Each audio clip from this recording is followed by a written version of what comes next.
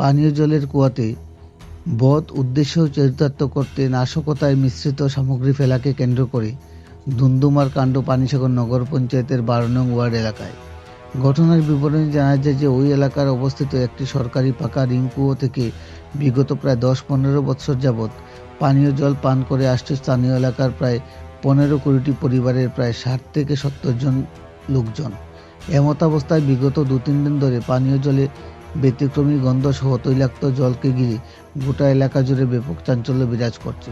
তাই এলাকার লোকজন ছুটে গিয়ে কুয়োটির জলে এই ধরনের ব্যতিক্রমী দুর্গন্ধ উপলব্ধ করে বিষয়টি নিয়ে জানানো হয় ওই নগর পঞ্চায়েত এলাকার কাউন্সিলর তথা পানিসাগর নগর পঞ্চায়েতের ভাইস চেয়ারম্যান ধনঞ্জয় দেবনাথকে। এলাকাবাসীরা জানায় ওই ধরনের দুর্গন্ধযুক্ত পানীয় জল পান করে অধিকাংশ পরিবারের শিশুসহ লোকজনেরা পেটের সমস্যায় ভুগতে হয়। তাই বাধ্য হয়েই আজ এলাকার লোকজনেরা সংঘবদ্ধভাবে ওই কুয়োটিতে জল নিষ্কাশনে হাত দেয়। এলাকাবাসীরা জানান এই ধরনের ঘটনা ওই এলাকায় এই প্রথম। বিগত দিনে এই ধরনের ঘটনা না ঘটলেও বর্তমানে এই ঘটনাটিকে নাশকতামূলক বলেই চিহ্নিত করছেন ওই এলাকার লোকজন। এদের দাবি নাশকতামূলকভাবে ওই কুয়াটিতে বিষাক্ত কিছু মিশিয়ে দেওয়া হয়েছে, যাতে করে এলাকার পানীয় জল ব্যবহারকারীরা গভীর বিপাকে পড়েন। বর্তমান শুকা মরশুমে পানীয় জল তো দূরের কথা, নিত্য ব্যবহার্য প্রয়োজনীয় জলের হাহাকারে পানিসাগর নগর পঞ্চায়েত এলাকায় জনগণ হিমশিম খাচ্ছে। এমতাবস্থায় বিশাল এলাকার প্রায় 20-25টি পরিবারের পানীয় জলের উৎসে ব্যাঘাত ঘটাতে কুচক্রীদের এহেন কর্মকাণ্ডে একরাশ ক্ষোভ উগরে দেন স্থানীয় এলাকার লোকজন।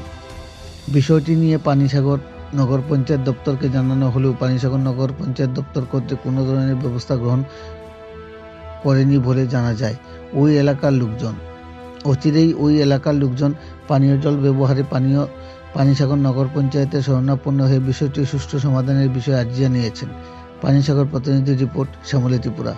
আজকে সকালবেলা আওয়ার পরে একজন আমার শাশুড়ির কি কেন রিংকলে আইছিল, আওয়ার পরে জল উঠানোর পরে দেখা গেছে জলের মধ্যে মানে ফিনাইল জাতীয় কি যেন মিশানি হয়েছে, সেটার মধ্যে তেল জাতীয় দেখা যাইতেছে। কী কারণে দেওয়া হয়েছে এটা বুঝতে পারছি না, কিন্তু জল অতিরিক্ত এই জন্য এই জলের উপরে 10-15 পরিবার নির্ভর আছে। কিন্তু এই জলের মধ্যে এই জিনিসটা দেওয়ার কারণে আজকে 1 সপ্তাহের মধ্যে আর এই জলটা ইউজ করা যাইতো না। আপনার এলাকাতে কতটা পরিবার টোটাল লিটার থেকে জল নিয়ে চলতেছেন? 10-15 পরিবার আশা করি একটা বেশি হইতে পারে। কত বছর যাবত? এটা বিগত 15-20 বছর তো হইবই। এর আগে এই ধরনের কোনো কিছু বিষক্রিয়া বা কোনো ফেনাইল জাতীয় কোনো কিছু ঢালা হয়েছে এটার মধ্যে? আর না, এটার মধ্যে এই প্রথম তো আর হইছে না। কিন্তু আপনার কি মনে হয় এটা কি নাশকতামূলক নাকি অন্য কিছু হইতে পারে, কি মনে হয়? না, এটা আমরা কিছু বোঝা যাইতেছে না যে এটা কি ব্যাপার। এই ব্যাপারটা আপনার নগর পঞ্চায়েতে জানাইছেন নি? এটা জানানো ভাইস চেয়ারম্যানকে জানানো হয়েছে। কত নম্বর ওয়ার্ড এটা? এটা 12 নম্বর ওয়ার্ড।